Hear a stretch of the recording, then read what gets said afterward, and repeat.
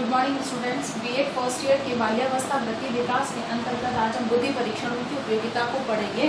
उसके पहले बुद्धि परीक्षण की जो विधि है उसके बारे में थोड़ी सी चर्चा कर लेते हैं हम कि यहाँ पर मैं बुद्धि परीक्षण की जैसे कि एक आपको बता देती हूँ कि बुद्धि परीक्षण क्या है। तो सबसे पहले बुद्धि परीक्षण की विधि में बालक की वास्तविक आयु, मानसिक आयु और बुद्धि लब्धि का पता लगाया जाता है। इसके आधार पर बालक की जो बुद्धि लब्धि है इसको ज्ञात किया जाता है। अब यहाँ समझने वाली बात यह है कि मानसिक आयु यानी कि मेंटल एज, बुद्धि लब्धि IQ, मानसिक आयु मेंटल एज, इसका जो सूत्र है वही, और वास्तविक आयु क्रोनोलॉजिकल एज जिसको कि CA से दर्शाया जाता है इंटू 100। यानी कि यहाँ पर हमें ये समझना होगा कि वास्तविक आयु यानी कि जैविक आयु, बालक के जन्म से लेकर परीक्षा देने के दिन तक जो आयु जितना वर्ष, महीने और दिन का है वो वास्तविक आयु है।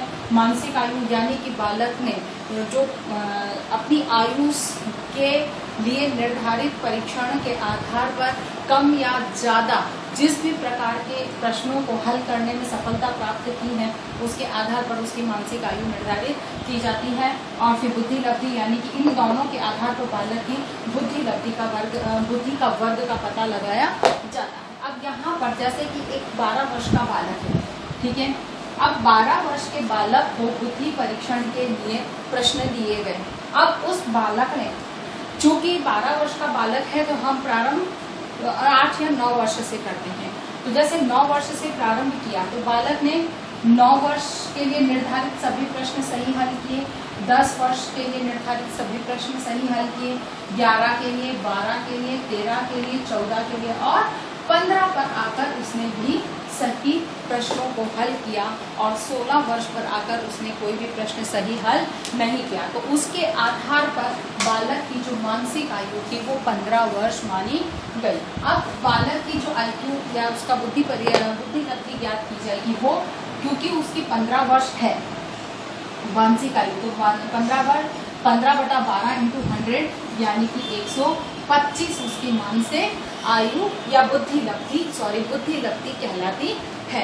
यानी कि बालक 125 के अंक लेकर जो ये, अगर इस तालिका को देखते हैं, क्योंकि इसमें बुद्धि के वर्ग को बुद्धि लब्धि के परिणामों के आधार पर बुद्धि को 9 वर्गों में विभाजित किया गया है। और 125 के हिसाब से हम देखें तो बालक ये 120 से 40 के वर्ग के अंतर्गत आता है, अर्थात प्रखर बुद्धि का बालक कहलाता है। ऐसे ही अगर कोई बालक 40 से उससे ऊपर के अंक प्राप्त करता है, उसका प्रतिशत आता है, तो वो प्रतिभाशाली जीनियस 110 से 120 के बीच में आता है तो उत्कृष्ट सुपीरियर। अच्छा हाँ, फिर बाद में 90 से 10 के बीच में आता है तो सामान्य एवरेज, 80 से 90 मंदबुद्धि टल, 70 से 80 निर्बल फिबल, 50 से 70 मूर्ख मोरल, 25 से 50 मूड इम्बोल्ड, 25 से नीचे जड़ बुद्धि या इडियट कहलाता है। यानी कि ये 9 वर्ग में वर्गीकरण बुद्धि का वर्ग निर्धारित किए गए हैं, जिनके आधार पर हम तय करते हैं कि बालक कौन सी कैटेगरी का है। इसी के आधार पर हम फिर इन बुद्धि का जो है बुद्धि परीक्षणों का जो उपयोग है वो हम इन कुछ बातें हैं इनके लिए हम विशेष रूप से करते हैं, जिसके आधार पर सबसे पहला है छात्रों का वर्गीकरण। क्योंकि एक कक्षा के अंदर भिन्न भिन्न प्रतिभा के बालक होते हैं, कहीं पर मंदबुद्धि होते हैं, कहीं प्रतिभाशाली होते हैं और कुछ होते हैं सामान्य। अब शिक्षक को इन तीनों का पता होना अनिवार्य है। जैसे शिक्षक वर्तमान में हम 60 पैटर्न के अंतर्गत बालकों को बहुत सारे क्रियात्मक या सामूहिक कार्य दिए जाते हैं। अब ऐसे में शिक्षक को पता होना चाहिए, जैसे शिक्षक ने रैंडमली ऐसे ही उठाकर वर्ग बना दिए कि भाई ये वर्ग इस प्रोजेक्ट को करेगा, ये समूह इस प्रोजेक्ट को करेगा और ये समूह इस प्रोजेक्ट को करेगा। अब ऐसे में कई बार होता है कि अगर उसको ये क्राइटेरिया पता नहीं है, उसको वर्गीकरण पता नहीं है कक्षा के बालकों का, तो हो सकता है कि एक में या तो खाली सामान्य बच्चे आ जाए, एक ग्रुप में खाली प्रतिभाशाली बच्चे आ जाए। तो ऐसे में बालक एक जो कार्य का जो आउटपुट है वो बहुत अच्छा नहीं निकलेगा।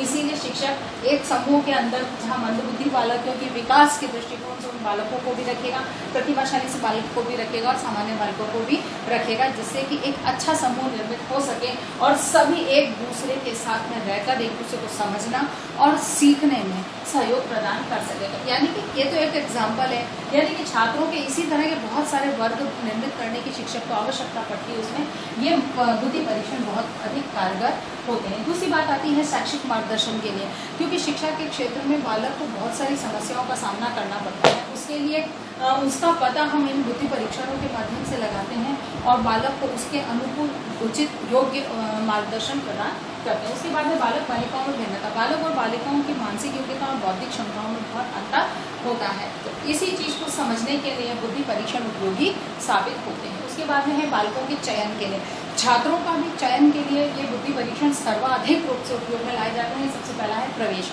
यानी कि किसी भी पाठ्यक्रम के अंदर प्रवेश, किसी भी कक्षा के अंदर प्रवेश प्राप्त एडमिशन लेना है, प्रवेश लेना है, तो ये परीक्षण है।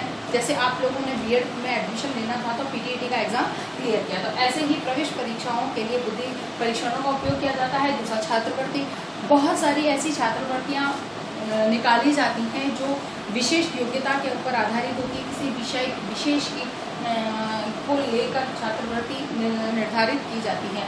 तो ऐसे में ये बुद्धि परीक्षण है जिनका उपयोग करके बालक की उस विषय विशेष के अंतर्गत किस प्रकार की क्षमताएं हैं उसका पता लगाकर छात्रवृत्ति देने की व्यवस्था की जाती है। फिर है विशिष्ट योग्यता, बालक की विशिष्ट योग्यता को जानने के लिए भी बुद्धि परीक्षणों का उपयोग किया जाता है।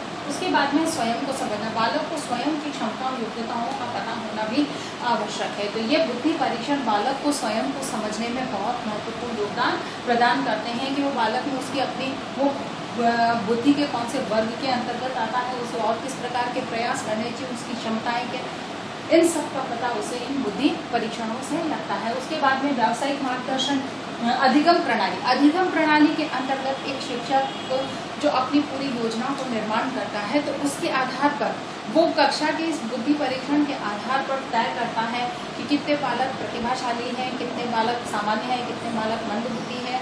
अपनी शिक्षण प्रक्रिया के अंदर किस बालक का किस प्रकार से वो सहयोग प्राप्त कर सकता है, इन सब के लिए एक अच्छी रूपरेखा का निर्माण करना होगा और इस रूपरेखा को निर्मित करने में बुद्धि परीक्षण शिक्षक को बहुत बड़ी सहायता प्रदान करते हैं या अपनी शिक्षण अधिगम प्रणाली का एक उचित रूप प्रदान करने में ये एक छोटा कारक है जिसके माध्यम से शिक्षक अपनी शिक्षण प्रक्रिया अधिगम प्रणाली को प्रभावी और आकर्षक बना सकता है। उसके बाद में व्यावसायिक मार्गदर्शन, इन बुद्धि परीक्षणों में बालक की विशिष्ट योग्यता किस क्षेत्र में है इसका पता लगाकर उसके व्यावसायिक किस व्यवसाय के संबंधित इसमें गुण विद्यमान है और किस व्यवसाय को ये करने से अच्छा सफल हो सकता है, इसका मार्गदर्शन भी देने के लिए भी ये बुद्धि परीक्षणों का उपयोग किया जाता है। और अंतिम बातें, अनुसंधान, बहुत सारे अनुसंधान शैक्षिक हो चाहे किसी भी प्रकार के हों, अनुसंधान करने के लिए भी इन बुद्धि परीक्षणों का उपयोग किया जाता है। आशा करती हूँ कि आपको ये बात समझ में आई होगी कि बुद्धि परीक्षण की उपयोगिता क्या है। तो अब आपको इसके आधार पर एक प्रश्न करना है कि बुद्धि परीक्षणों की उपयोगिता को स्पष्ट कीजिए। अपनी बात को समाप्त करने से पहले इस कोविड-19 की इस वैश्विक महामारी के दौर में आपसे निवेदन करूंगी कि आप घर से बाहर जब भी निकलें मुंह को ढककर, मास्क लगाकर या पूरे कपड़े से बांधकर निकलें। किसी से भी बात करते समय 6 फीट की दूरी रखें और अपने हाथों को सैनिटाइज करते रहें, समय समय पर हाथों को धोते रहें। धन्यवाद। सुरक्षित रहें, स्वयं को बचाए रखें।